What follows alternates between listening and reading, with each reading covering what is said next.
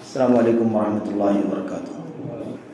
ان الحمد للہ نحمده ونستعینه ونستغفره ونعوذ باللہ من شرور انفسنا وسیئات اعمالنا من يهده الله فلا مضل له ومن يضلل فلا هادي له واشهد ان لا اله الا الله وحده لا شريك له واشهد ان محمدا عبده ورسوله اما بعد فان خير الحديث كتاب الله وخير الهدي هدي محمد صلى الله عليه وسلم وشر الأمور محدثاتها وكل محدثة بدعة وكل بدعة ضلالة وكل ضلالة في النار۔ أعوذ بالله من الشيطان الرجيم، بسم الله الرحمن الرحيم۔ وأطيعوا الله وأطيعوا الرسول۔ وقال النبي صلى الله عليه وسلم ليوشكن أن يأتي عليكم زمان يقعد أحدكم متكئا على أريكته ويقول عندما يأتيه حديث من حديثي كفانا كتاب الله ما وجدنا فيه من حلال أحللناه وما وجدنا فيه من حرام حرمناه ألا إني حرمت كما حرم الله أو كما قال النبي صلى الله عليه وسلم۔ وقال الإمام ابن مبارك رحمة الله عليه الإسناد من الدين ولولا الإسناد لقال من شاء ما شاء۔ وقال سفيان الثوري رحمه الله تعالى الاسناد سلاح المؤمن اذا لم يكن معه سلاح فبما يقاتل او كما قال رحمۃ اللہ علیہ۔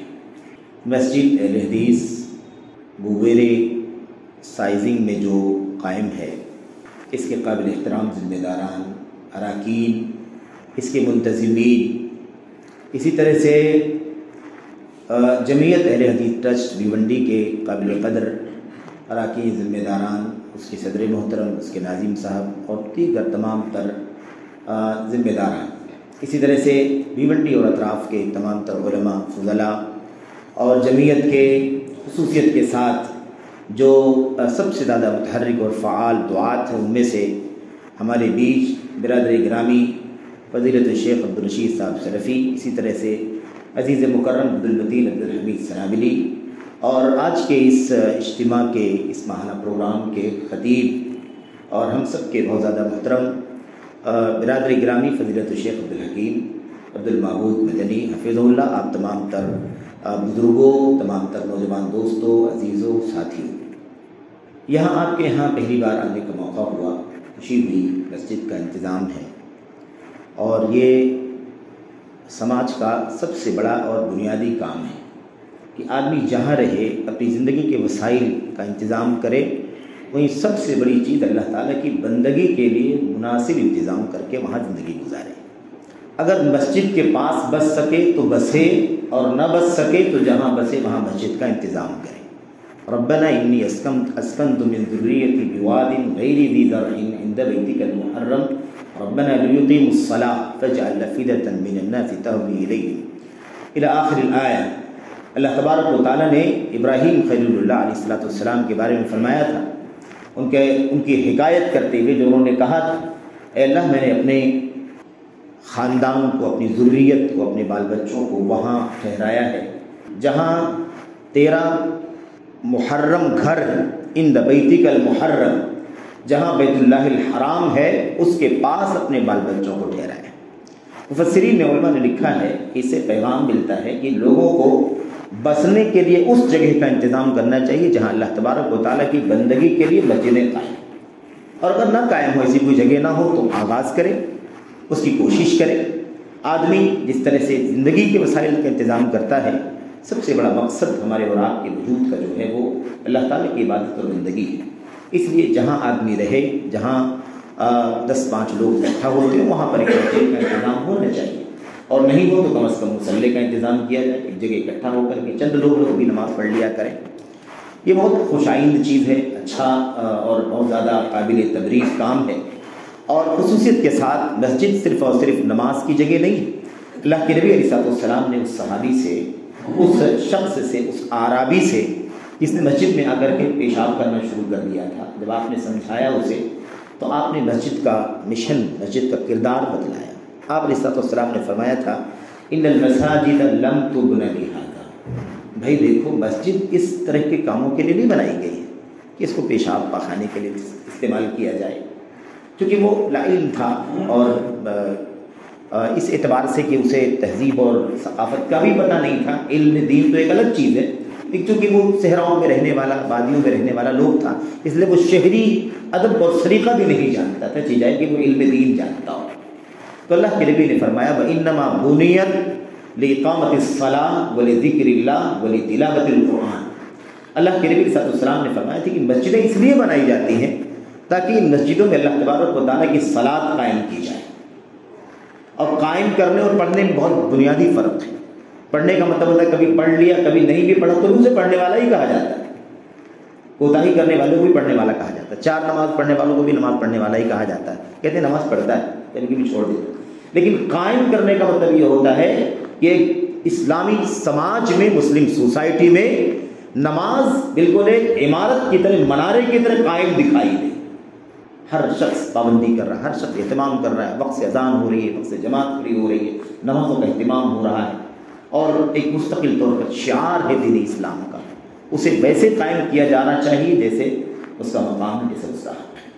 تو بہرحال اقامت الصلاۃ، نماز قائم کرنے کے لیے، وَلِذِكْرِ اللَّهِ، اللہ تبارک و تعالیٰ کا ذکر کرنے کے لیے، اللہ کو یاد کرنے کے لیے. اللہ کے ذکر کے اندر اللہ کی کتاب قرآن کریم ہے، سبحان اللہ، الحمدللہ، استغفر، یہ ساری چیزیں ہیں. اس کے علاوہ ساری عبادات، ساری بندگی، سارا دین، ساری کتاب، ساری سنت اور درس، دروس، خطبہ، یہ سب کیا ہے؟ سب کا سب ذکر کے جامع معنی کے اندر شامل ہے. اسی لیے خطبہ جمعہ کے بارے میں آتا ہے کہ اللہ کے نبی صلی اللہ علیہ وسلم کان یذکر الناس ویعلمهم، آپ لوگوں کو ذکر کرتے تھے، نصیحت کرتے تھے. تو خطبہ بھی ایک ذکر ہے، درس بھی ذکر، یہ بھی ذکر کی مجلس ہے، یہ بھی ذکر کی مجلس ہے. فرشتے ڈھونڈتے ہیں کہاں ذکر کی مجلس ہیں، کہاں اللہ کے بندے اکٹھا ہیں، جہاں قرآن کی آیتیں پڑھ رہے ہیں، حدیثیں پڑھ رہے ہیں، سمجھ رہے ہیں، سیکھ رہے ہیں. تو بہرحال، اور تیسری چیز اللہ کے نبی نے فرمائی تھی ولی تلاوت القرآن، قرآن کریم کی تلاوت کرنے کے لیے. تو بہرحال یہ کردار ہے. مسجدوں میں نماز ہو 5 وقتہ، خطبہ جمعہ کا انتظام ہو تو اور بہتر اگر کر سکتے ہوں تو جیسے یہاں قائم ہے. ایسے ہی اس کے علاوہ یہ دروس، یہ اجتماعات، یہ پروگرام، یہ تربیت کی اصلاح کی مجلسیں، اس کا اہتمام مسجد کا بنیادی حصہ ہے. اور سماج کے بڑوں کو، سماج کے بزرگوں کو، سماج کے بچوں کو، ہے نا، سب کو مسجد سے جوڑنا ضروری. مسجدوں سے جڑنے کے بعد ہی ایک بچے کی تربیت ہو سکتی ہے. اللہ تبارک و تعالیٰ کے گھروں سے جڑے بغیر صحیح معنوں میں تربیت نہیں ہو سکتی ہے. انحرافات کو ختم کرنا چاہتے ہیں تو اس کا حل یہ ہے کہ ہم اللہ تبارک و تعالیٰ سے قریب آئیں. اللہ سے قریب آنے کا مطلب یہ ہے کہ اللہ کی بندگی سے قریب آئیں، اللہ کے گھروں سے جڑیں، اس کے تقدس کو سمجھ کر کے انسان اس سے فائدہ اٹھائے، اس سے جڑے. تو مسجدوں سے تربیت ہوتی ہے، مسجدوں سے تربیت ہوتی ہے. حضرت عمر بن عبدالعزیز رحمۃ اللہ علیہ، جن کو خلیفہ خامس کہا جاتا ہے، عمر بن عبدالعزیز رحمۃ اللہ علیہ نے اپنے کسی گورنر کو خط لکھ کر کے بھیجا تھا اور کہا تھا کہ وہاں جو آپ کے اس شہر میں، آپ کی اس ریاست میں جو علماء ہیں، ان علماء سے کہو کہ وہ اپنے دین کے دروس کا انتظام مساجد میں کیا کریں. تو مسجدیں دین کے کاموں کا سب سے بہترین مرکز ہے. جو تقدس، جو ادب، جو احترام ہم مسجد میں بیٹھ کر کے کرتے ہیں میرے بھائیوں، کیا ہم کسی ہال کا کرتے ہیں، کسی مثال کے طور پر کسی پنڈال میں کرتے ہیں، کسی جلسے میں کرتے ہیں، کسی اسٹیج پروگرام میں جو روڈ پر کہیں ہو رہا، کیا اس میں وہ تقدس ہوتا ہے؟ آدمی گپ شپ کرتا ہے، بات چیت کرتا ہے، چائے پیتا ہے، ادھر ادھر مختلف انداز کی چیزیں، وہ تقدس نہیں ہوتا. یہ اللہ کا گھر ہے. تو یہاں بیٹھ کر کے جو تربیت ہو سکتی ہے وہ کہیں اور نہیں ہو سکتی. مسجدوں کو اپنے دروس کا، اپنی دعوتوں کا، اپنی تربیت کا، اپنی اصلاحی سرگرمیوں کا مرکز بنانا چاہیے. یہ ہمارے اسلاف کا طریقہ کار تھا. اگر ضرورت ہے کہیں بڑے پیمانے کی مسجدوں میں وہ چیز نہیں ہو سکتی تو ایک الگ چیز ہے، لیکن عام تربیتی اجتماعات اور دروس کا اہتمام خاص طور پر مسجدوں میں ہونا چاہیے. بہرحال تو بات ہی چل رہی تھی کہ مسجدوں کا بڑا عظیم کردار ہے. اللہ تبارک و تعالیٰ جزائے خیر دے اس سائزنگ کے ذمہ داروں کو جنہوں نے یہ اہتمام کیا. اللہ تبارک و تعالیٰ اس کوشش کو قبول فرمائے. یہ دعوتی اجتماعات جو ہو رہے ہیں اس کا اللہ تبارک و تعالیٰ اچھا نتیجہ عوام میں، خواص میں پہنچائے. اللہ تبارک و تعالیٰ ہم سب کی اصلاح کا ذریعہ بنائے. آمین رب العالمین. جو موضوع آج کے لیے منتخب کیا گیا، برادر گرامی نے اس موضوع کا مشورہ دیا اور اس پر بات کرنے کے لیے حکم ہوا، وہ موضوع بہت اہم بھی ہے، بہت لمبا چوڑا بھی ہے. اور بہت زیادہ حساس بھی ہے، اور کسی ایک دو چار چھوٹی مجلسوں میں اس پر بات بھی نہیں ہو سکتی ہے۔ تو آج کی مجلس میں اس موضوع پر جو باتیں میں آپ کے سامنے کرنے کی کوشش کروں گا، اللہ سے توفیق مانگتا ہوں، اللہ سے دعا کرتا ہوں کہ اللہ تعالیٰ مجھے کچھ کہنے کی توفیق عطا فرمائے۔ یہ آمین رب العالمین۔ یہ باتیں بس ایک سرسری انداز کی ہوں گی، ایک سرسری، جیسے ایک لمبے چوڑے سبجیکٹ کا چند منٹوں میں آدمی تعارف کروائے، بس ایسے ہی سمجھ لیجیے۔ اس میں کوئی ایسی چیز نہیں ہوگی کہ آپ اس کو سمجھیں کہ یہی کل ہے، یہی خلاصہ ہے، ایسا نہیں ہے۔ یہ ایک تعارف ہے بس سرسری طور پر، چند گوشے۔ برادران نے اعلان میں کہا کہ حدیث رسول صلی اللہ علیہ وسلم کا مقام اور اس کے سلسلے میں کچھ شبہات یا مطلب جو غلط فہمیاں جو چلتی ہیں اس پر گفتگو ہوگی۔ حقیقت یہ ہے کہ یہی تو سارا دین ہے۔ یہی کیا ہے؟ یہی پورا دین ہے۔ حدیث رسول ہی دین اسلام ہے، سنت رسول ہی دین اسلام ہے۔ 430 ہجری میں حضرت امام بربہاری رحمۃ اللہ علیہ، چوٹی کے ایک امام گزرے ہیں، امام اہل سنت والجماعت، ان کی کتاب ہے شرح اصول السنہ، اس کے اندر وہ لکھتے ہیں الاسلام هو السنہ والسنۃ ہی الاسلام۔ اسلام سنت کا نام ہے، حدیث کا نام ہے، اور حدیث اور سنت اسلام کا نام ہے۔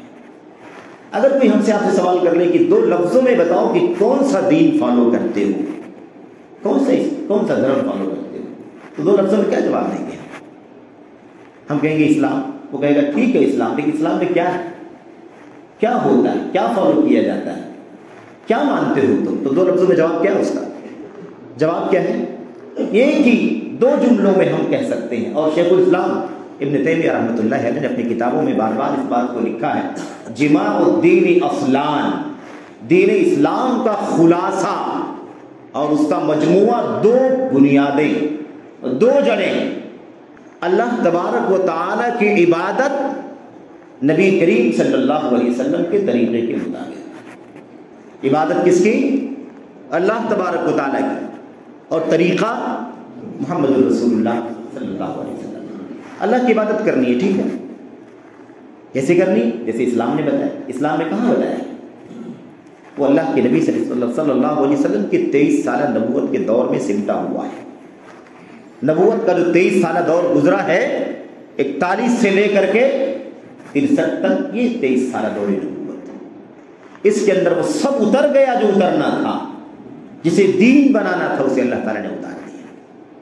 اب ہم اس کو اسلام کہہ لیں بحیثیت دین کے نام کے طور پر، اسلام اس کا نام ہے، اور ہم اس کی اور دوسری تعبیر کریں تو وہ سنت، وہ حدیث ہے، وہ سیرت رسول ہے، وہ اثر ہے نبی کریم صلی اللہ علیہ وسلم، وہ اسوہ ہے نبی کریم صلی اللہ علیہ وسلم کا۔ اب یہ سارے الفاظ شرح کے متقاضی ہیں، حدیث کیا ہے، سنت کیا ہے، اثر کیا ہے، اسوہ کیا ہے، سیرت کیا ہے، سب لمبی چوڑی بحثیں ہیں اس کے اندر۔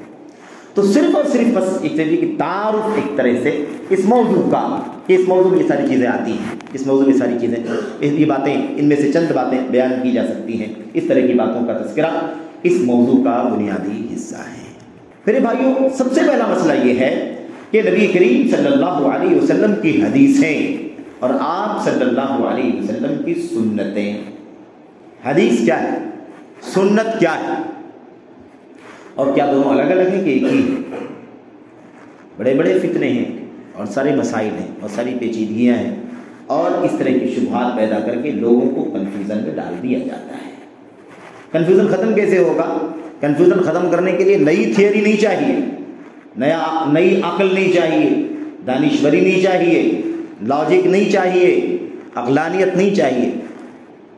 بہت پرانا ہے، جڑیں تو بہت پرانی ہے، پیچھے جا کر کے دیکھنا پڑے گا تو سمجھ میں آئے گا کہ حدیث کیا ہے، سنت کیا ہے۔ آج میں اپنی عقل لگاؤں، آپ اپنی عقل لگائیں، حدیث کسے کہتے ہیں، سنت کسے کہتے ہیں، اور پھر اس کے بعد اپنی عقل سے 1000 طرح کی باتیں کریں، تو پھر وہ نبی کی سنت، نبی کی حدیث نہیں رہے گی، ہماری باتیں ہو جائیں گی۔ اس لیے جڑیں پرانی ہے نا، 14 صدی سے پہلے کی بات ہے، دیکھ لیتے ہیں سنت کسے کہتے ہیں، حدیث کسے کہتے ہیں۔ اگر نبی کریم صلی اللہ علیہ وسلم کی کہ پر اترے ہوئے دین میں حدیث کو الگ کہا گیا ہوگا، سنت کو الگ تو مان لیں گے، سنت الگ ہے حدیث الگ، لیکن اگر دونوں چیزیں ایک کہی گئی ہیں تو ہمیں ایک ہی ماننا ہے اور تفریق نہیں کرنے کی کوئی گنجائش۔ اللہ کے نبی صلی اللہ علیہ وسلم کی حدیث کسے کہتے ہیں؟ حدیث عربی زبان کا لفظ ہے، جیسا کہ ہم نے کہا کہ صرف سرسری باتیں ہو سکتی ہیں، بالکل سرسری. حدیث عربی زبان کا لفظ ہے، ہا دال اور فا، اس سے بنا ہوا ہے، اس کا روٹ ہے. آج کل روٹ بھی بہت چلتا ہے، روٹ یعنی الفاظ کے اصل کیا ہے، کہاں سے یہ لفظ مشتق ہوا ہے، نکل کر کے آیا ہے. محمد اس کا روٹ کیا ہے، محمود اس کا روٹ کیا ہے، حامد اس کا روٹ کیا ہے، حمید اس کا روٹ کیا ہے، حمید اس کا روٹ کیا ہے.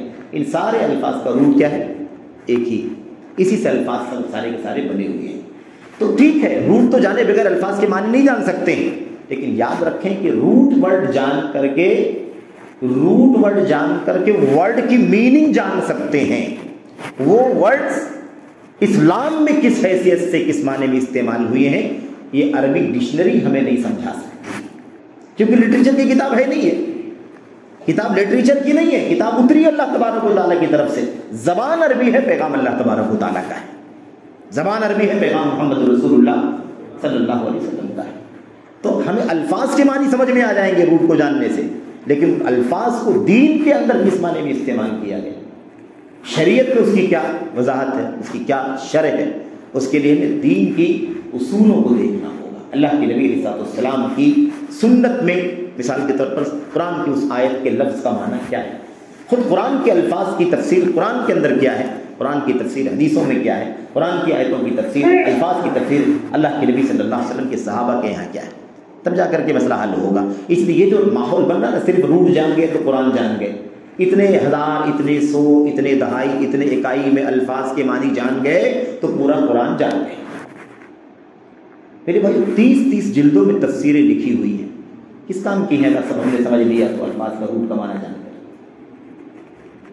سمجھ. امام طبری رحمۃ اللہ علیہ نے بات ادھر چلی جاتی ہے، امام طبری رحمۃ اللہ علیہ نے تفسیر لکھی 30,000 صفحات پر.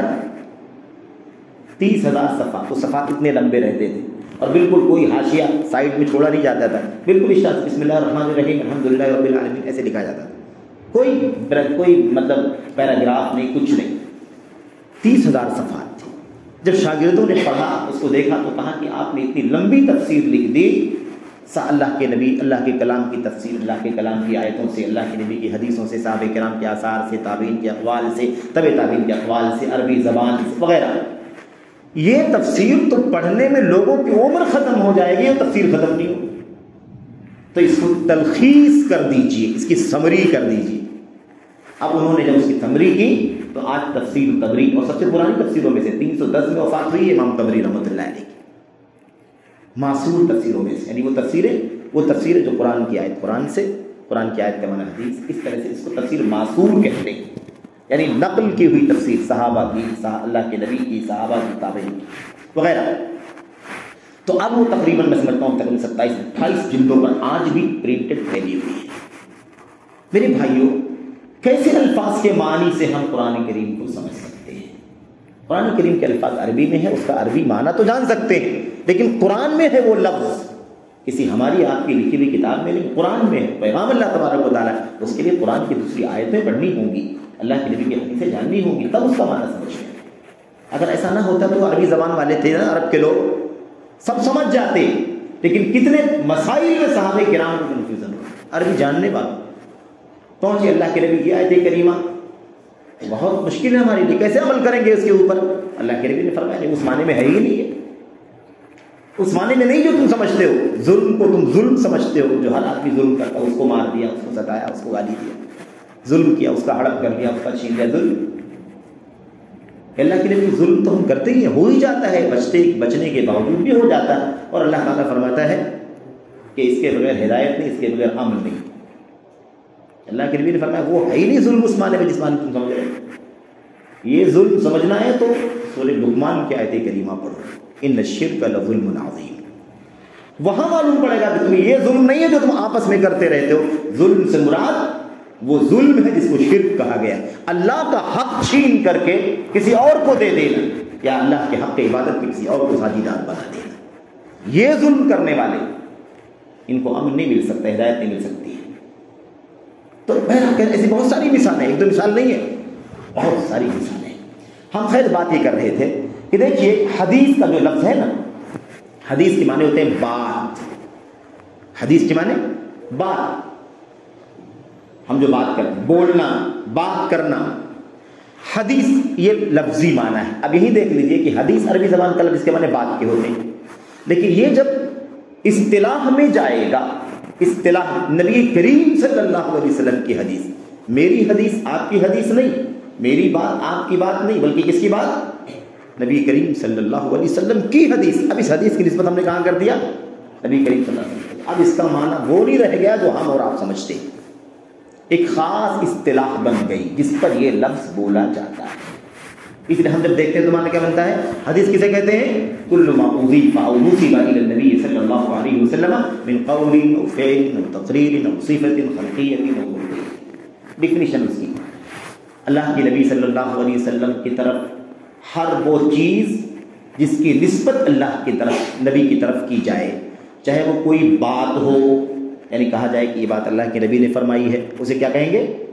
حدیث. کوئی کام اس کی نسبت اللہ کے نبی کی طرف کی جائے کہ اللہ کے نبی نے یہ کام کیا، اسے کیا کہا جائے گا؟ حدیث.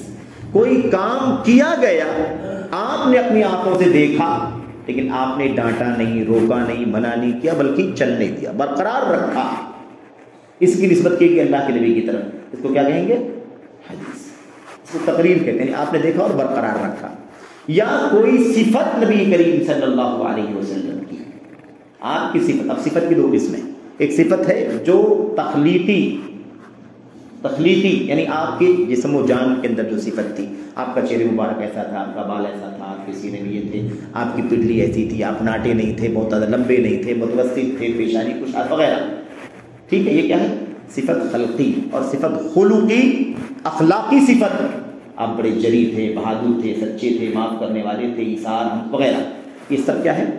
نبی کریم صلی اللہ علیہ وسلم کی حدیث. یہ حدیث رسول ہے. اچھا، اسی کو سنت بھی کہتے ہیں. اسی کو کیا کہتے ہیں؟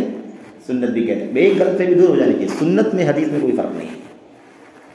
سنت حدیث ہے، حدیث سنت ہے، دونوں میں کوئی فرق نہیں ہے. اللہ کے نبی کی حدیثوں سے ہی ہم اس کو سمجھ لیتے ہیں. اللہ کے نبی صلی اللہ علیہ وسلم نے کہیں فرمایا فعلیکم بسنتی و سنت الخلفاء الراشدین. سب سنتے رہتے، جو میری بات زندہ رہے گا، بہت اختلاف دیکھے گا، اسے چاہیے کہ میری سنت کو مضبوطی سے پکڑ لے اور میرے خلفاء راشدین کی سنت کو مضبوطی سے پکڑ لے. ٹھیک ہے، میری سنت. اللہ کے نبی دوسری حدیث دیکھتے ہیں، اللہ کے نبی نے کیا فرمایا جو میں نے شروع میں آپ کے سامنے پڑھا. اللہ کے نبی نے فرمایا کہ قریب ہے کہ ایسے لوگ میری امت میں آئیں گے، اندیشہ ہے، قریب ہے، ایسا ہے معاملہ، ہو سکتا ہے اور ہوگا. کیا کہ لوگ بیٹھے رہیں گے ٹیک لگا کر کے اپنے مسندوں پر، اپنے غالیچوں پر، اپنے صوفوں پر، وہ بھی کہہ سکتے ہیں آرام دہ بستروں پر بیٹھے رہیں گے. یأتیہ الحدیث بالحدیث، اس کے پاس میری حدیثوں میں سے ایک حدیث آئے گی. اسے آپ نے وہاں کیا فرمایا؟ میری سنت. ایسے یہاں آپ نے کیا فرمایا؟ میری حدیث. دونوں نبی کی زبان سے نکلا ہے. سنتی کہا، حدیثی کہا. میری سنت، میری حدیث. ہو سکتا ہے قریب ایسا ہوگا، میری حدیث اس کے پاس آئے گی تو وہ کہے گا، کیا کہہ دے گا؟ کہے گا کفانا کتاب اللہ، ہمارے لیے اللہ کی کتاب کافی ہے، ہمیں حدیث کی کوئی ضرورت نہیں، سنت کی کوئی ضرورت نہیں، قرآن ہمارے لیے کافی ہے. اس کے بعد اللہ کے نبی نے کیا فرمایا؟ الا، خبردار سن لو، انما انی حرمت کما حرم اللہ، جیسے اللہ تبارک و تعالیٰ نے اپنے کلام میں حرام کیا ہے ویسے ہی میں نے بھی حرام کیا ہے. جیسے اللہ تبارک و تعالیٰ کے کلام میں حرام آتا، اسے حرام ماننا ہوتا، ضروری ہوتا ہے، ایسے ہی میں اپنی سنت میں، اپنی حدیث میں کسی چیز کو کہہ دوں کہ یہ حرام ہے، یہ منع ہے، تو اس کو بھی ویسے ہی حرام سمجھنا ہے جیسے قرآن کی آیت سے ثابت ہونے والے کو حرام سمجھنا ہے. اس لیے لوگ ایسے آئیں گے، کہیں گے نہیں ہمارے لیے قرآن کافی ہے، جو قرآن میں حلال ہے اس کو ہم حلال سمجھتے ہیں، جو قرآن میں حرام اسے ہم حرام سمجھتے ہیں، بس اس کے سوا ہم کچھ نہیں چاہیے. تو یہ بڑا مسئلہ ہے. یہ پیشین گوئی ہمیں کیا بتا رہی ہے؟ یہ پیشین گوئی بتا رہی ہے کہ ایسے حالات بھی آئیں گے کہ لوگ صرف قرآن کا نام لیں گے اور نام لیں گے عقیدت کے حساب سے کہ ہمیں قرآن سے بڑی محبت ہے اور قرآن اصل ہے، جڑ ہے، قرآن کے ہوتے ہوئے کس چیز کی ضرورت ہے. لیکن اس کے اندر یہ بہت بڑا فتنہ چھپا ہوا ہے. اس میں چھپا ہوا کہ قرآن کے ساتھ سنت کی ضرورت نہیں ہے. اور یہ معاملہ بھی آ گیا تھا صحابہ کرام کے زمانے میں، اس کا پریکٹیکل بھی شروع ہو گیا. حضرت عمران بن حسین غالباً راوی ہیں، صحابی رسول ہیں، امام خطیب بغدادی نے اسے نقل کیا ہے روایت کو اپنی کتابوں کے اندر۔ ان کے سامنے مجلس میں ایک آدمی نے سوال کیا، سوال کر دیا، پوچھا اس نے، کہا یہ بتائیے، نہیں، جیسے کہ مجلس بیٹھی اور عمران بن حسین رضی اللہ تعالیٰ عنہ تشریف لائے اور ابھی اپنی بات شروع کرنے جا رہے تھے مجلس میں، ایک آدمی اس میں سے بول پڑا اور اس نے کہا لا تحدثنا الا بالقرآن، حضرت آپ تشریف لائیں لیکن ہمیں قرآن کے علاوہ کسی چیز سے بیان مت کرنا، صرف قرآن ہی بیان کرنا۔ یعنی کیا مطلب؟ بس یہی کہنا اللہ تعالیٰ نے قرآن میں فرمایا، اللہ تعالیٰ نے قرآن میں فرمایا، اللہ تعالیٰ نے قرآن میں فرمایا، کوئی بات یہ نہیں کرنا کہ اللہ کے نبی نے فرمایا، اللہ کے نبی نے کہا، اللہ کے نبی نے ایسا کیا، اللہ کے نبی کے سامنے ایسا کیا گیا، اللہ کے نبی نے ایسے تھے، ایسا کچھ نہیں، صرف لا تحدثنا، ہمیں صرف بیان کہاں سے کرنا؟ قرآن سے۔ عمران بن حسین سمجھ گئے، چونکہ علماء صحابہ بھی سے تھے، سمجھ گئے فتنہ شروع ہو گیا۔ آپ نے فرمایا اور دنوں قریب آ جاؤ بھائی، ایسی بات، اتنی بڑی بات بول دی تو، اتنی بڑی بات بول دی، قریب آ جاؤ۔ اللہ کے نبی صلی اللہ علیہ وسلم کی حدیثوں کے بارے میں سمجھ گئے کہ یہ حدیث رسول کے ساتھ ایک بہت بڑی ٹریجڈی کی بنیاد رکھ رہا ہے۔ کہا اچھا یہ بتاؤ قرآن کے اندر طواف کا حکم ہے کہ نہیں؟ طواف کا حکم ہے کہ نہیں؟ اس نے کہا ہے، آیت پڑھو، پڑھی آیت، کہا یہ بتائیے طواف کیسے کریں گے؟ کہا ایسے ایسے کریں گے۔ کہا کہاں ثابت ہے کہ ایسے کریں گے؟ قرآن کی کون سی آیت میں بتایا کہ طواف ایسے کریں گے؟ حجر اسود سے دائیں طرف گھوم کر کے ایسے آئیں گے، کیا دلیل ہے؟ کوئی بائیں طرف سے گھومے تو کوئی دلیل آپ کے پاس منع کرنے کے لیے؟ کتنی بار کریں گے؟ 7 بار۔ کیا دلیل 7 بار کریں گے؟ قرآن میں کہاں لکھا ہوا کہ 7 بار طواف کرنا؟ زکوٰۃ کا حکم ہے، اقیموا الصلاۃ وآتوا الزکاۃ، نماز قائم کرو، زکوٰۃ دو، ٹھیک ہے، نماز پڑھنا ہے نا، کتنی پڑھنا ہے؟ 5 ٹائم۔ کیا دلیل ہے؟ قرآن میں کہاں ہے؟ کتنی رکعت پڑھنی ہے؟ قرآن میں ہے کہیں نہیں۔ کس رکعت میں کہاں، قیام میں کیا، رکوع میں کیا، سجدے میں کیا ہے؟ کوئی دلیل قرآن کے اندر؟ کہاں؟ زکوٰۃ دو، زکوٰۃ کتنی دو، کتنے مال پر، کتنا نصاب، کتنا واجب، پیریڈ کیا ہے؟ کوئی وضاحت قرآن کریم کے اندر؟ ممکن نہیں ہے ایسے۔ وَأَنزَلْنَا إِلَيْكَ الذِّكْرَ لِتُبَيِّنَ لِلنَّاسِ مَا نُزِّلَ إِلَيْهِمْ، ہم نے قرآن کریم اتارا ہے آپ کے اوپر، کس کے لیے؟ کس کے لیے اتارا؟ لِتُبَيِّنَ لِلنَّاسِ مَا نُزِّلَ إِلَيْهِمْ، تاکہ آپ کھول کھول کر کے سمجھائیں اس کو جو اتارا گیا ہے لوگوں کی طرف۔ ہم نے قرآن کریم کو اتارا ہے انسانیت کی طرف، اس انسانیت کی طرف اتری ہوئی کتاب، یہ ٹیکسٹ ہے اللہ رب العالمین کا، اس کی وضاحت کریں، کھول کھول کر کے آپ بیان کریں، تو آپ بتائیں کہ کیسے عمل کرو گے، طواف کیسے کرو گے، حج کیسے کرو گے، زکوٰۃ کیسے دو گے، نماز کیسے پڑھو گے؟ کوئی چیز قرآن کریم میں تفصیل سے بیان کی گئی، اس کی وضاحت کہاں ملے گی؟ نبی کریم صلی اللہ علیہ وسلم کی حدیث۔ اور یہ جو جملہ بھی آپ نے سنا نا، اللہ کے نبی صلی اللہ علیہ وسلم نے فرمایا الا انما حرمت کما حرم اللہ، یاد رکھو جیسے اللہ نے قرآن میں حرام کیا ہے، بالکل وہی حیثیت جو اس کی ہے وہی حیثیت اس کی ہے جسے میں نے حرام کیا ہے۔ دونوں کی شریعت ہونے کے اعتبار سے دونوں کی حیثیت میں کوئی فرق، دونوں کی تشریعی حیثیت یعنی شریعت کا حکم ثابت کرنے کے اعتبار سے، جیسے کوئی حکم حلال حرام جائز ناجائز کا مستحب کا مباح کا قرآن کریم کی آیت سے ثابت ہوگا، ویسے ہی سنت رسول صلی اللہ علیہ وسلم سے بھی ثابت، کوئی فرق نہیں دونوں کے اندر۔ اور اس میں بھی کوئی فرق نہیں ہے، جیسا کہ فرق کیا جاتا ہے، بہت سارے لوگ کرتے ہیں کہ نہیں حدیث کو تو، اب ایک طبقہ تو یہ ہے جو کہتا ہے حدیث کی ضرورت نہیں، ایک طبقہ کہتا نہیں حدیث تو ٹھیک ہے، حدیث کے بغیر تو چلے گا نہیں، کوئی سمجھ میں بات نہیں آئے گی شریعت میں کیا اللہ تعالیٰ بیان کر رہا ہے۔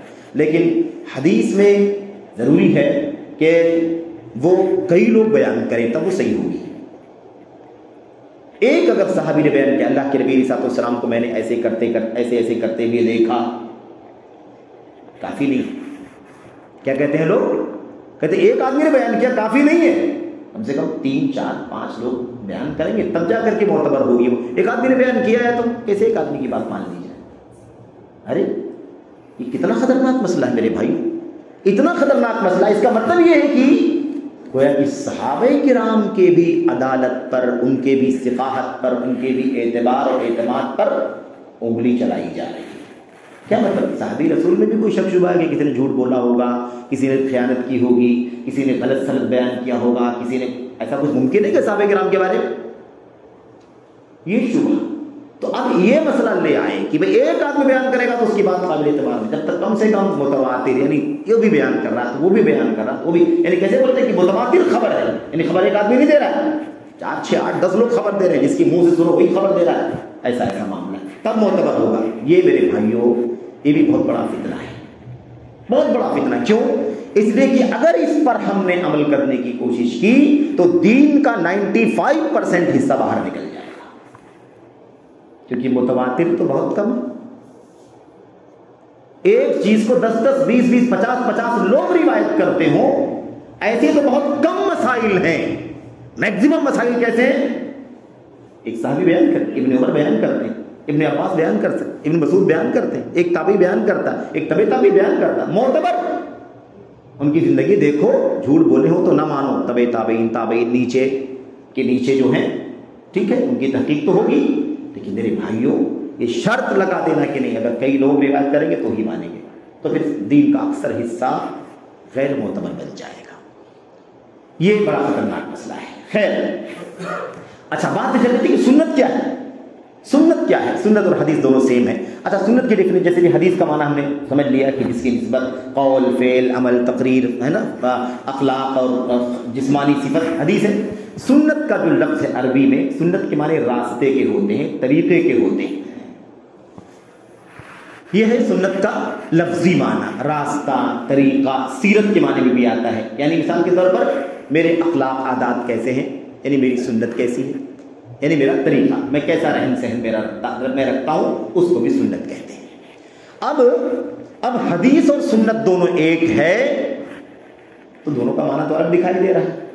سنت کے معنی راستے کے ہیں اور حدیث کے معنی آپ نے جو بھی کہا، آپ نے جو بھی کیا، آپ نے جو آپ کے سامنے جو بھی کیا گیا، ان تمام چیزوں کو حدیث کہتے ہیں۔ دونوں ایک کیسے ہیں؟ دونوں ایک نتیجے کے اعتبار سے۔ یہی قول جو آپ نے فرمایا اس پر عمل، جو آپ نے کیا ہے اس پر عمل، جو آپ کے سامنے کیا گیا اس پر عمل، اور صفت خلقی خلقی پر عمل کرنا، اسی روش پر چلنا، اسی کی تلاش، اسی کی جستجو، اسی کا اہتمام، اسی طریقے کا نام سنت ہے۔ اسی کو اختیار کرنے کا نام کیا ہے؟ سنت۔ اللہ کے نبی صلی اللہ علیہ وسلم نے کوئی فرق نہیں کیا ہے۔ اب لوگ کہتے ہیں کہ سنت الگ معنی میں، حدیث الگ معنی، کہتے ہیں سنت اسے کہتے ہیں جس پر اللہ کے نبی ہمیشہ چلتے رہے ہو، عمل کرتے رہے ہو، آپ کا طریقہ بن گیا۔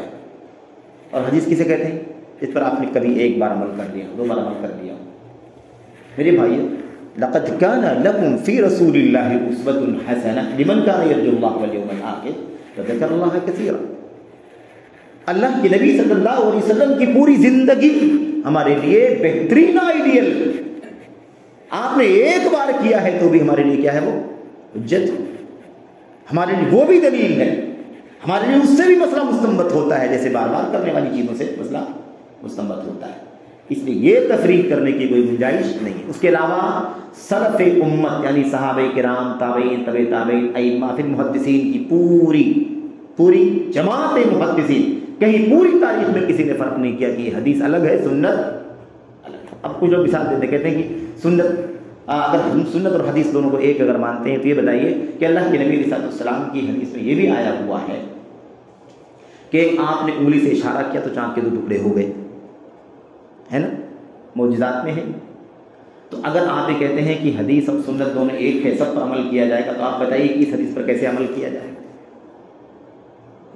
اس طرح کی شبہات پیدا کرتے ہیں۔ عمل، اس پر عقیدہ رکھیں گے، اس کی سچائی مانیں گے، اسے بیان کریں گے، آپ کے معجزات کے حوالے میں اس کا تذکرہ کریں گے، اس سے ایمان میں مضبوطی آتی ہے کہ نبی کریم صلی اللہ علیہ وسلم نے جن کا ہم نے کلمہ پڑھا ہے، اس کے قول فعل پر عمل کرنے کے لیے اپنی زندگی سمجھتے ہیں ہم، اور اس کا مقام اتنا اونچا ہے، اتنا عظیم معجزہ اللہ نے عطا فرمایا کہ انگلی کے اشارے سے چاند 2 ٹکڑے ہوئے۔ اور عمل میں کیا کرنا ہے؟ عمل جس چیز پر جیسے ہو سکے گا ویسے تو عمل کریں گے میرے بھائیوں۔ تو اصل میں یہ ایک بلا وجہ کی تفریق ہے، بلا وجہ کا ایک فلسفہ ہے جو لا کر کے لوگوں کو بتلایا جاتا ہے۔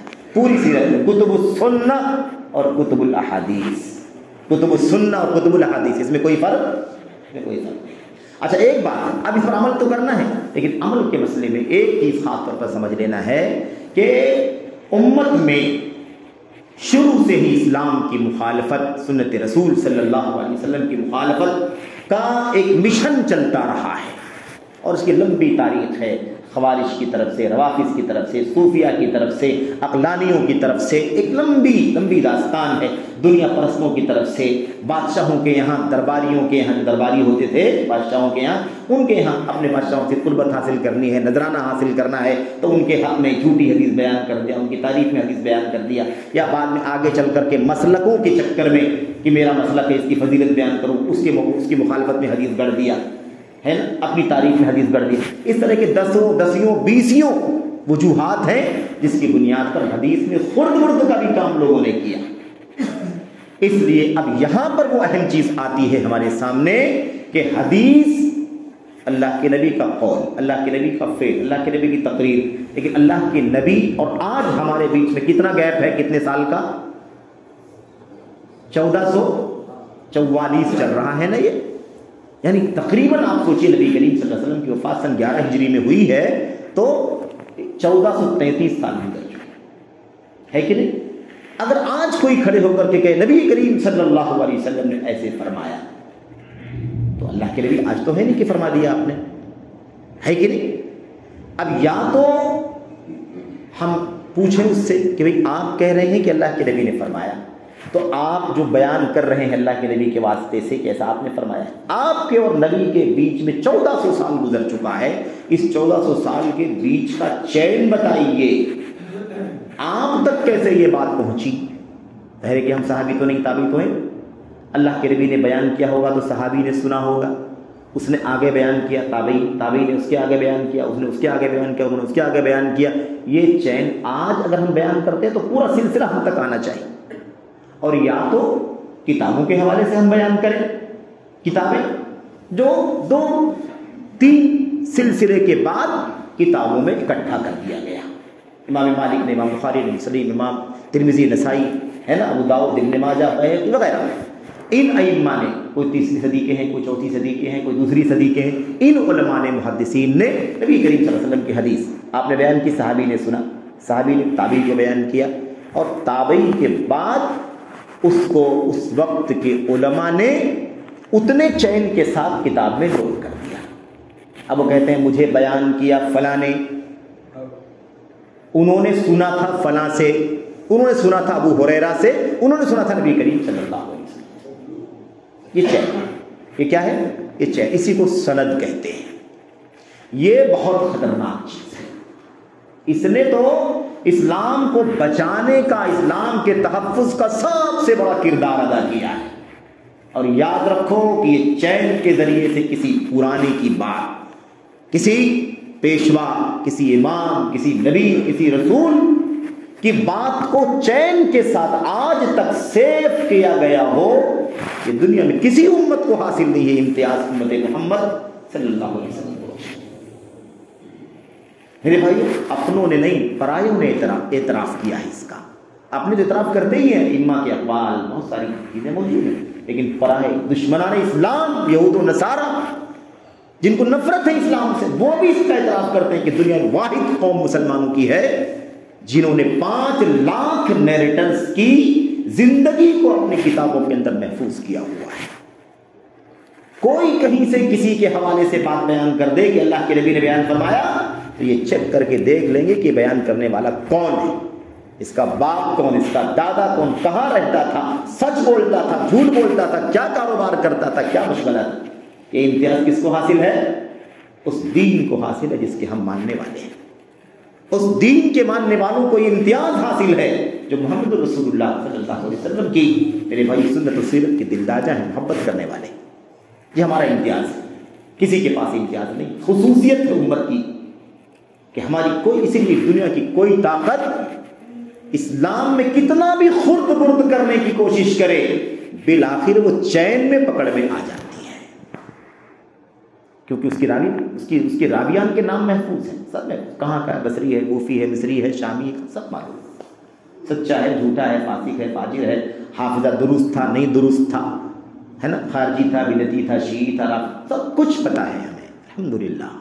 اللہ نے ایسے لوگوں کو پیدا کیا جنہوں نے اسلام کے تحفظ کے لیے پوری امانت کے ساتھ اس عظیم شان کارنامے کو انجام دیا، امت کے لیے، آئندہ نسلوں کے لیے محفوظ کر دیا۔ 55 جلدوں میں کتابیں ہیں. کتنی جلدوں میں؟ 55. میں نے کم کہا. حافظ ابن عساکر کی کتاب تو 80 جلدوں میں ہے. ابن عساکر 571 چھٹی صدی ہجری کے امام اور عالم.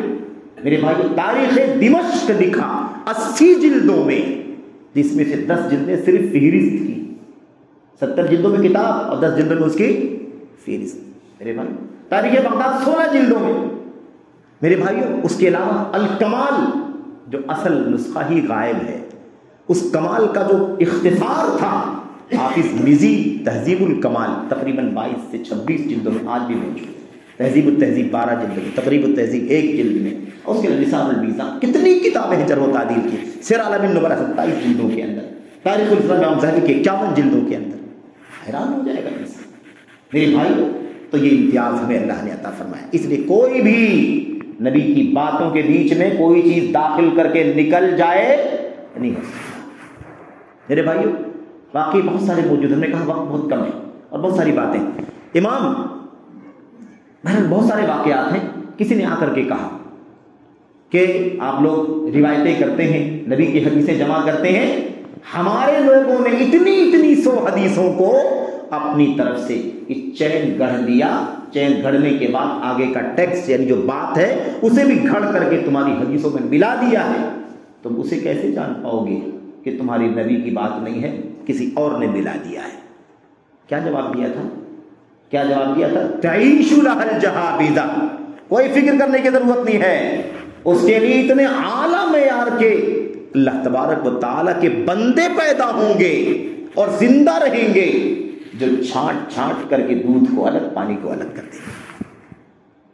الحمدللہ. اور بہرحال میرے بھائی محدثین کی سیرت کی بات تو بہت لمبی ہے. 6 حافظہ دیکھو، مثال ایک پیش کرتا ہوں. حافظہ امام دارقطنی کا نام بہت سنتے ہیں نا ہم لوگ، امام دارقطنی کا نام. ایسے امام عقیلی کا نام بہت سنتے ہیں. خیر نام تو بہت ہے لمبی پھر. امام بخاری کا حافظہ تو سب جانتے ہیں. امام بخاری کے حافظے کے بارے میں سب جانتے ہیں. 100 حدیثوں کے متن کو سند کو مکس کر کے غلط سند آگے پیچھے، یہ نام ادھر وہ نام ادھر لا کر کے پیش کرنا شروع کر دیا. امام بخاری نے کہا نہیں جانتا. دوسری حدیث پڑھا، کہا نہیں معلوم. تیسری نہیں معلوم. 100 حدیثیں پڑھ ڈالا، کہا ایک بھی حدیث نہیں معلوم. تو کہا بتائیے صحیح کیا ہے؟ پھر آپ کہتے ہیں ایک بھی حدیث صحیح نہیں ہے. کھڑے ہوئے وہ پرانا جو غلط بیان بتایا تھا وہ غلط پہلے بتایا، پھر اس کا صحیح بتایا. دوسرے کا غلط بتایا پھر صحیح بتایا، غلط بتایا پھر صحیح بتایا. 100 حدیث ہیں. 10 لوگ کھڑے ہوئے، ایک 10 لایا، دوسری 10 لایا، تیسرا 10 لایا، چوتھا 10 لایا. اور ایسے نہیں روم میں بیٹھ کر کے، بغداد کے چوراہے پر بیٹھ کر کے امام بخاری نے اتنا عظیم الشان حافظہ دنیا کے سامنے پیش کیا. امام دارقطنی نے 7-8 جلدوں کی کتاب جیل میں رہ کر کے اپنے حافظے سے لکھوا دی. امام عقیلی کے بارے میں محدثین نے لکھا ہے کان کلہ عقل. امام عقیلی کے وجود میں، ان کے جسم میں خالی اتنی ہی عقل نہیں تھی جو یہاں رہتی ہے، پورا وجود سمجھ لو عقل ہی تھا. اتنا ذہین انسان تھے، سر سے لے کے پیر تک جیسے عقل ہی ہو، حافظہ ہی ہو، اتنا حافظے کے مالک تھے. بہرحال ایسے لوگوں کو اللہ نے پیدا کیا جنہوں نے ان راویوں کی زندگی کو محفوظ کیا. امام میرے بھائیوں مسلم رحمۃ اللہ علیہ نے، امام ابن مبارک رحمۃ اللہ علیہ کا قول صحیح مسلم میں نوٹ کیا ہے مقدمے میں. وہ کہتے ہیں الاسناد من الدین ولولا الاسناد لقال من شاء ما شاء. سند دین کا حصہ ہے. سند جان گئے نا، یہ چین. سند کس کا حصہ ہے؟ دین میں ہے. دین میں دین کا حصہ ہے. اگر یہ سند نہ ہوتی، یہ چین نہ اگر ہوتا تو جس کا جو جی چاہتا بولتا. کوئی فرق کر پاتا، کوئی پہچان کر پاتا، کوئی پرکھ کر پاتا؟ کچھ بولا نکل گیا. آج اگر کوئی کھڑا ہو جائے کہ اللہ کے نبی علیہ السلام نے فرمایا تو ہم مان لیتے کہ نہیں مان لیتے؟ فرمایا. لیکن آج ہم یہ بولیں گے نا، آپ کے اور نبی کے بیچ میں 14 صدیاں ہیں. یہ بات وہاں سے تم تک کیسے آئی؟ چین کیا ہے؟ سلسلہ کیا ہے؟ کیسے یہاں تک یہ بات پہنچی؟ ذرا بتاؤ. اللہ کے نبی نے، اللہ کے نبی سے کس نے سنا؟ ان سے کس نے سنا؟ ان سے کس نے سنا؟ پھر یہ 14 صدیوں میں کم سے کم 20 واسطے ہوں گے کہ نہیں ہوں گے؟ 70-75 سال اگر مان لو تو 20 واسطے ہوں گے کہ نہیں ہوں گے؟ 20 واسطے. بتاؤ کون ہے؟ پھر ہم چھانیں گے ان کو، پتہ لگائیں گے کون ہے کہ نہیں؟ اس طرح سے آج کوئی بھی نہیں نکل سکتا ہے. یہی وجہ ہے الحمدللہ محدثین کے کارناموں کو رہتی دنیا تک کبھی میرے بھائیوں بھلایا نہیں جا سکتا ہے. آج انٹرنیٹ کا زمانہ ہے، میڈیا کا زمانہ ہے، بہت سارے سب اپلیکیشنز اور بہت سارے انسائکلوپیڈیا آ گئے ہیں، موضوعات، مکتبات، ہم 10-5 منٹ کے اندر تلاش کر کے وہ نوٹ کر دیتے ہیں. ہمیں سب کیا کرایا ملا ہوا ہے، ہمارا کیا کام ہے اس کے اندر؟ ہم کچھ نہیں کرنے والے، ہم صرف نوٹ کرتے ہیں، نقل کرتے ہیں، بیان کرتے ہیں. میرے بھائی وہ کارنامے تھے. امام مسلم، امام احمد بن حنبل نے مسند احمد بن حنبل لکھی نا، جو کتاب حدیث کی ہے مشہور. کتنی کتاب ہے، کتنی حدیث ہیں اس کے اندر؟ 40,000 حدیثیں تقریباً ہیں. 40,000 حدیثیں. 40,000 حدیثوں کو انہوں نے چھان کر کے نکالا ہے. کتنی حدیثوں سے؟ 1,00,000 حدیث سے. اور ان 1,00,000 حدیثوں کو پہلے 7 لاکھ حدیثوں سے نکالا. 7 لاکھ حدیثیں حافظے میں یاد رہا کرتی تھی. ایسے ایسے علماء اللہ نے پیدا تھا. اور یہ کوئی گپ نہیں ہے، بے سر و پیر کی بات نہیں. ان کی زندگی جا کر کے دیکھو، حیران ہو جاؤ گے میرے بھائی. تو ایسے یہ کارنامے محدثین کے نہیں، حدیث رسول کے. اور یہ بھی یاد رکھیں کہ یہ ایسے ہو بھی نہیں سکتا. اللہ تعالیٰ نے ضمانت لی ہے، ذمہ داری لی ہے کہ اللہ کا دین محفوظ رہے گا. سارے تان کرنے والے، سارے فتنے پھیلانے والے، سارے فراڈ کرنے والے، سارے خرد برد کرنے والوں کے باوجود بھی اللہ کا دین محفوظ رہے. یحملوا هذا العلم من كل خلف عدوله ينفون عنه تحریف الغالین وانتحال المبطلین وتأویل الجاہلین. اللہ کے نبی صلی اللہ علیہ وسلم نے کیا فرمایا؟ آپ نے فرمایا ہر دور میں اس علم حدیث کو، علم دین کو سیکھنے والے، اس کو پڑھنے والے، اس کو حفظ کرنے والے ایسے پیدا ہوں گے جو کیا کریں گے؟ جو غلو کرنے والوں کی، اللہ اکبر، تحریف، ہیرا پھیری کو ختم کریں گے. اور کیا کریں گے؟ وانتحال المبطلین، باطل پرستوں کی کاٹ چھانٹ، ادھر سے ادھر سے، یہ غلط وہ غلط.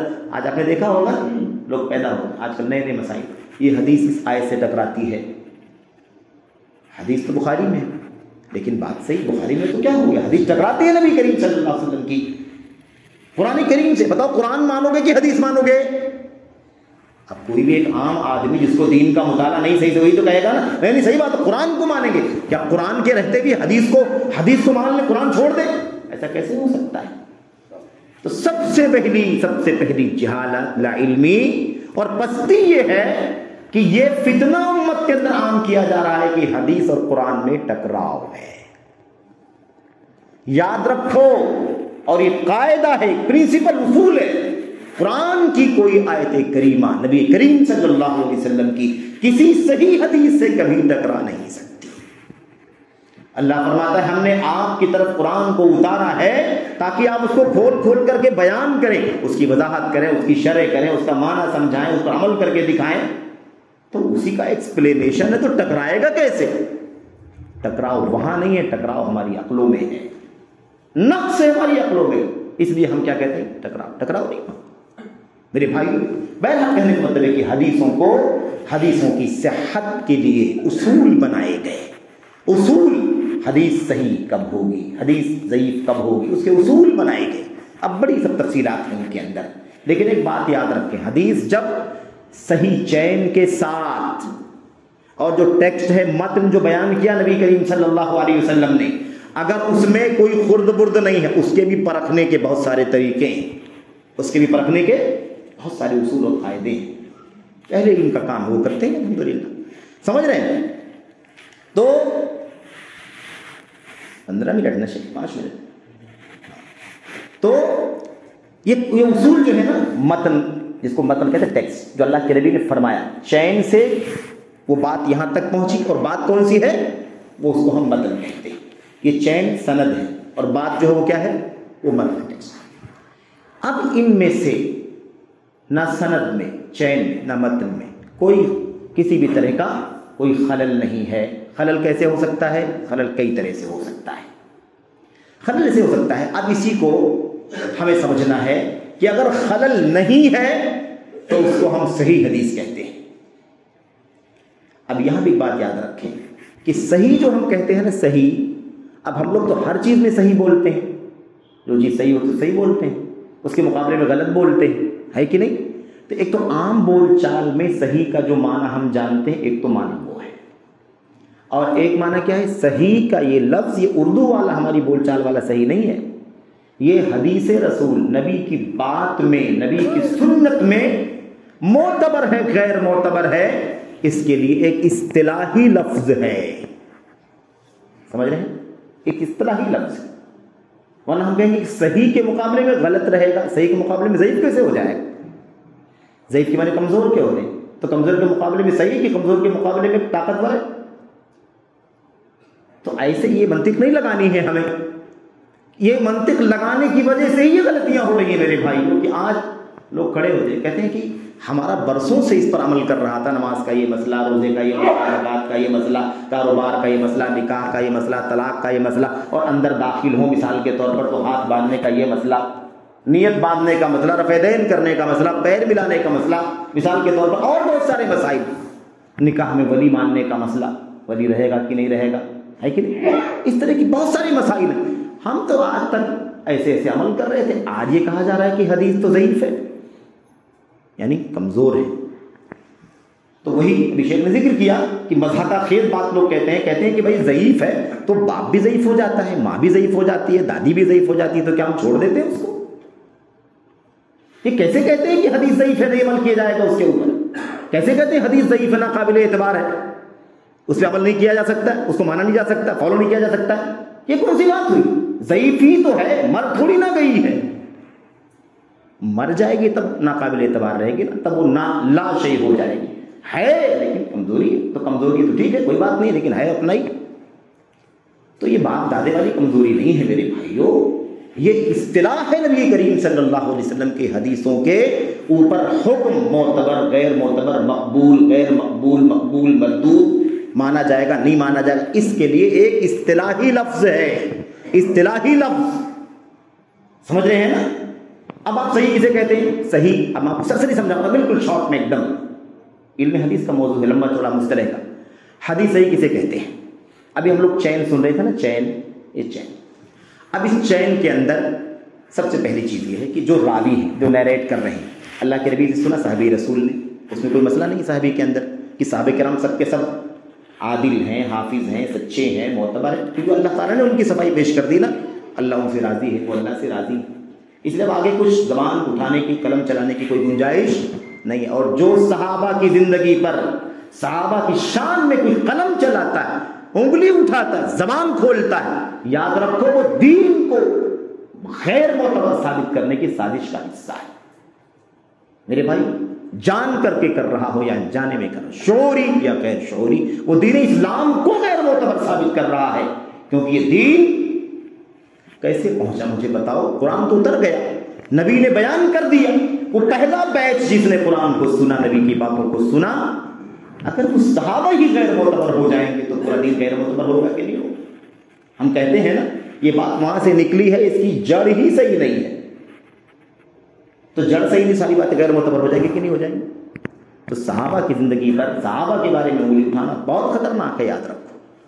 ادنا صحابی، ادنا کا مطلب جس نے ایک جھلک نبی کریم صلی اللہ علیہ وسلم کو دیکھا، ملاقات کیا، بس اتنا کافی ہے اس کے مقام کے لیے. بس کسی کو ہمت نہیں ہونی چاہیے کہ زبان کھولے. یاد رکھیں، میں صحیح کی بات کر رہا تھا، حدیث صحیح کیسے ہوتی ہے. اب وہ جو راوی ہیں، روایت کرنے والے، انسان ہے نا، وہ انسان ہے. کچھ خصوصیات ان نیریٹ کرنے والوں کے اندر پائی جانی ضروری ہے، اور وہ دو طرح کی ہیں. ٹھیک ہے؟ ایک کا تعلق ان کے دین سے ہے اور دوسرے کا تعلق ان کے حافظے سے ہے.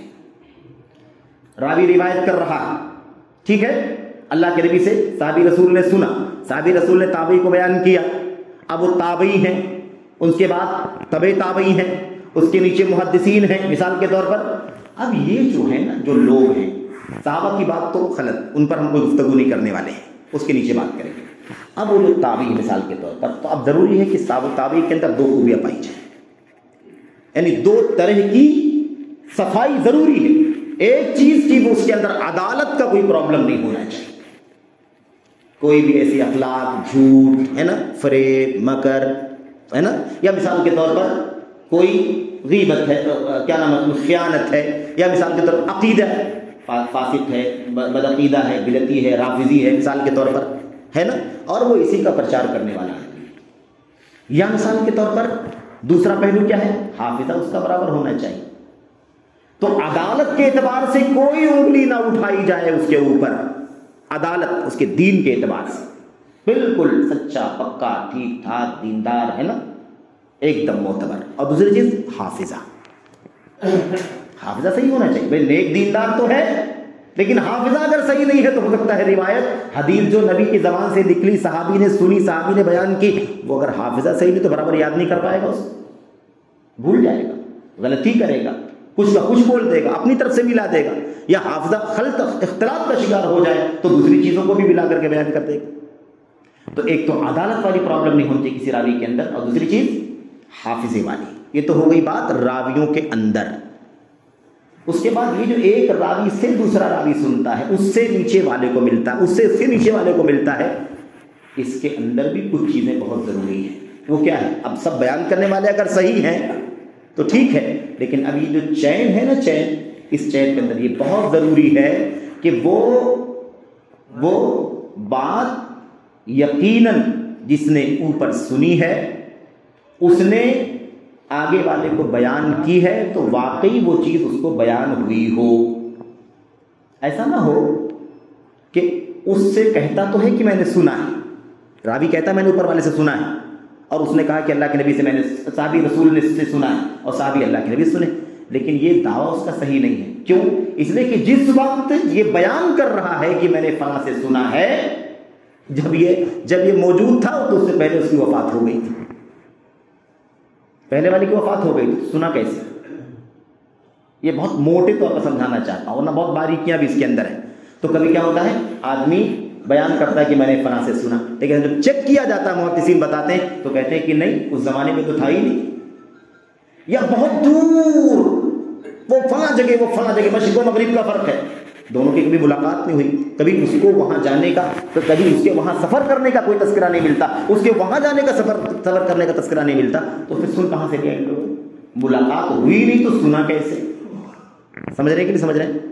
تو اس طرح کی کمیاں بھی نہیں ہونی چاہیے. اس میں سند میں انقطاع ہو جاتا ہے. کبھی کبھی کیا ہوتا ہے نا، ایک آدمی بیچ میں مطلب غائب رہتا ہے، سند کٹ جاتی، کبھی کبھی دو لوگ کٹے رہتے ہیں، اور یہ والا بیان کرتا ہے کہ میں نے فلاں سے سنا، جبکہ ان دونوں کے بیچ میں سننے کا کوئی سوال ہی پیدا نہیں ہوتا.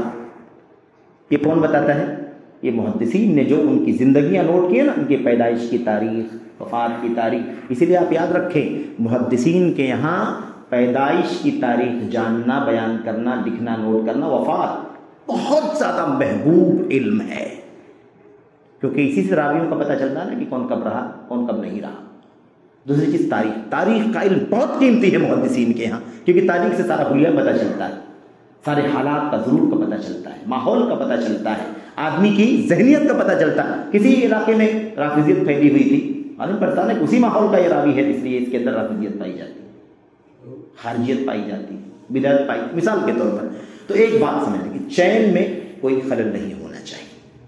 اور پھر اس کے بعد یہ جو متن ہے، ٹیکسٹ، اس متن کے اندر بھی کئی بیماریاں ہو سکتی ہیں، اس کا موقع نہیں ہے. پھر اس متن کو بھی پاک ہونا چاہیے. اگر یہ پاک ہے الحمدللہ، حدیث کیا ہے؟ صحیح ہے. اگر اس میں کہیں خلل ہے تو حدیث کیا ہے؟ حدیث کیا ہے؟ ضعیف ہے. لیکن وہ باپ دادے والی ضعیف نہیں، یہ والی ضعیف. یعنی کیا مطلب؟ جس چین سے یہ آ رہی ہے وہ چین برابر.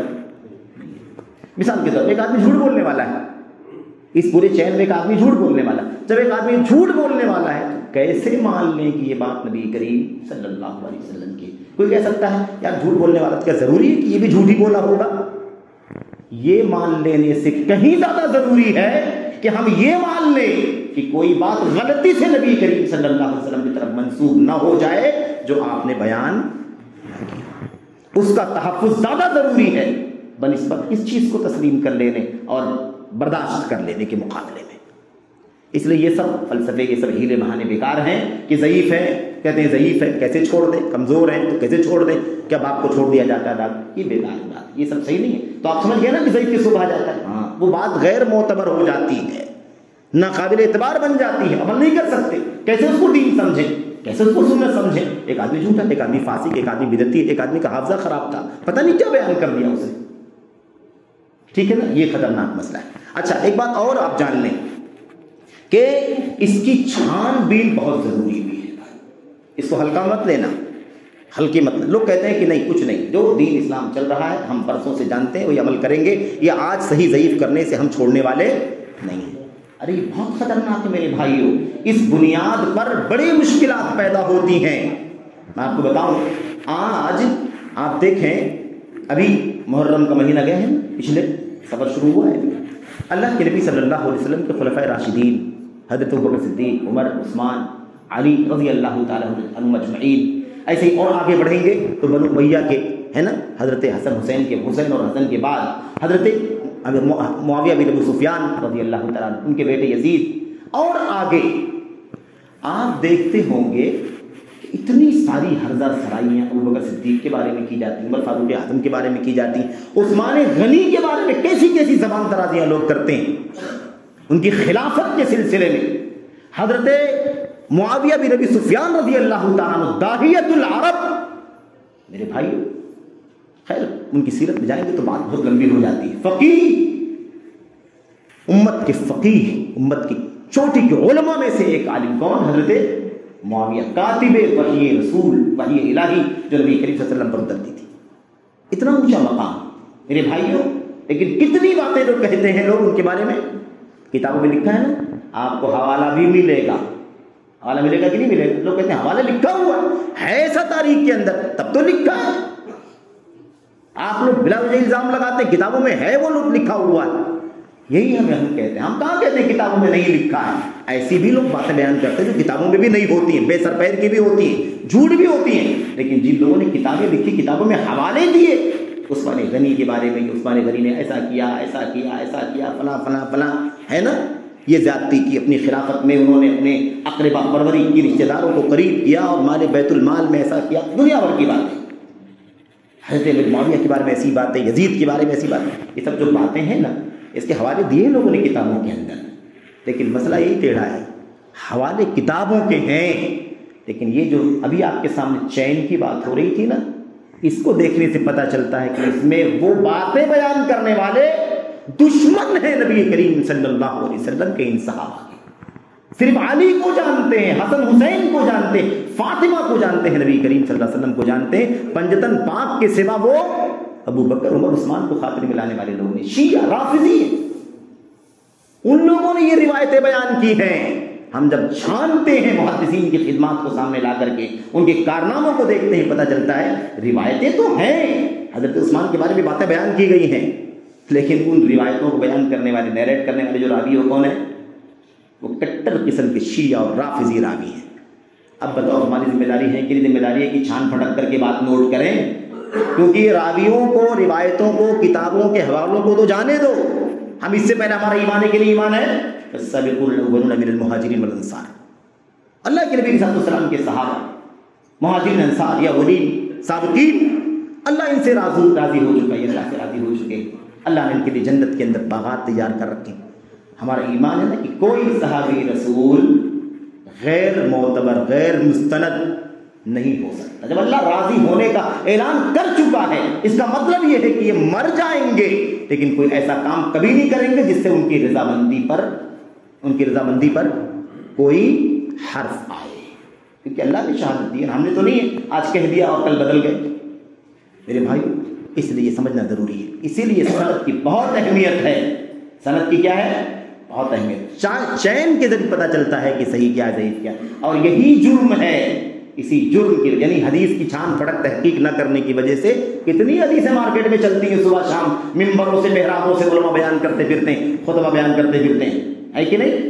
مثال کے طور پر اگر میں 2-3 باتیں ذکر کروں، مثال کے طور پر آپ دیکھیں، لوگ کہتے ہیں اختلاف امتی رحمہ، اختلاف اصحابی لکم رحمہ، اختلاف اہل بیتی لکم رحمہ، میرے صحابہ کا اختلاف تمہارے لیے رحمت ہے۔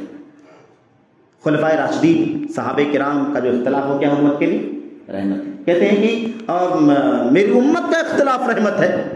اللہ تبارک و تعالیٰ قرآن کریم میں فرماتا ہے وَلَا يَزَالُونَ مُخْتَلِفِينَ إِلَّا مَا رَحِمَ رَبُّكَ، یہ لوگ ہمیشہ اختلاف میں پڑے رہیں گے، الا یہ کہ تمہارا رب رحم فرما دے۔ تو اختلاف یہ رحمت نہیں ہے نا، اختلاف رحمت نہیں ہے، اختلاف میں پڑے رہیں گے بری چیز ہے، الا یہ کہ اللہ تعالیٰ کیا کر دے؟ رحم کر دے۔ تو اختلاف رحمت ہے کہ اختلاف کا اپوزٹ اتحاد رحمت ہے؟ اللہ فرماتا ہے اتحاد رحمت ہے، اختلاف زحمت اور عذاب ہے. اور یہ حدیث بیان کرتے ہیں کہ میرے صحابہ کا اختلاف کیا ہے؟ رحمت. میری امت کا اختلاف کیا ہے؟ رحمت ہے. میرے بھائی اب کوئی کہے کہ نہیں بس حدیث ہے، آپ لوگ صحیح ضعیف کا چکر کر کے امت کو گمراہ کرتے ہیں، بہکاتے ہیں، سال سے برسوں سے ہم عمل کرتے ہوئے آ رہے ہیں، آپ لوگ سب اس کو ہلا کر کے رکھ دیتے ہیں. اور کچھ لوگ کہتے ہیں کہ آپ لوگ تو ہماری حدیثوں کے پیچھے پڑے، جن حدیثوں پر ہم عمل کرتے ہیں ان سب حدیثوں کو آپ لوگ ضعیف کہہ کر کے اس کو غیر معتبر قرار دیتے ہیں. ہم کیسے کہہ سکتے ہیں؟ یہ چین آپ کے سامنے، آپ بھی پڑھ کے دیکھ سکتے ہیں. ہمارا کیا قصور ہے میرے بھائی اس کے اندر؟ بات سمجھ میں آ رہی کہ نہیں آ رہی ہے؟ تو یہ اتنا خطرناک مسئلہ ہے حدیثوں کے صحیح ضعیف ہونے کا اور اصولوں کا سمجھنا کہ اس کی بنیاد پر دین چلا جائے گا، عقیدہ بگڑ جائے گا. عقیدہ دیکھو، آدم علیہ السلام کی پیدائش ہوئی ہے نا، عرش پر لکھا ہوا دیکھا لا الہ الا اللہ محمد الرسول اللہ، حیران ہو گئے اللہ کے ساتھ یہ محمد کون ہے جس کا نام لکھا ہوا. اس کے بعد وسیلہ پکڑ لیا، اے اللہ محمد کے وسیلے سے میں تجھ سے چاہتا ہوں کہ میری مغفرت فرما دے. اللہ تعالیٰ کہتا ہے کہ آدم محمد کا پتہ کیسے چل گیا تم کو؟ ابھی تو محمد کی پیدائش بھی نہیں ہوئی صلی اللہ علیہ وسلم، تم تو پہلے انسان ہو. تو کہا جب میں پیدا ہوا تھا تو عرش پر لکھا ہوا دیکھا تھا نا محمد الرسول اللہ، تو میں سمجھ گیا تھا کہ اللہ کوئی بہت بڑی ہستی ہوگی تبھی تو نے اپنے نام کے ساتھ اس کا تذکرہ کیا ہوگا، ورنہ کوئی معمولی ہوتا تو اپنے نام کے ساتھ اس کا تذکرہ نہیں کرتا. ہاں ولولا کیا آگے کیا فرمایا؟ اگر محمد نہ ہوتے تو میں تمہیں بھی پیدا نہ کرتا. لولا محمد لما خلقت الافلاک، اگر محمد نہ ہوتے تو میں دنیا بھی پیدا نہیں کرتا. بتاؤ اب اگر اس کی چھان پھٹک نہ کرے، ایسے بیان کرے تو عقیدہ بچے گا؟ اس کا مطلب ہے جو کہتے ہیں نا کہ یہ پوری دنیا محمد صلی اللہ علیہ وسلم کے صدقے طفیل میں پیدا ہوئی. اللہ فرماتا ہے ما خلقت الجن والانس الا لیعبدون، ہے کہ نہیں؟ ما خلقنا السماوات والارض وما بینہما لاعبین.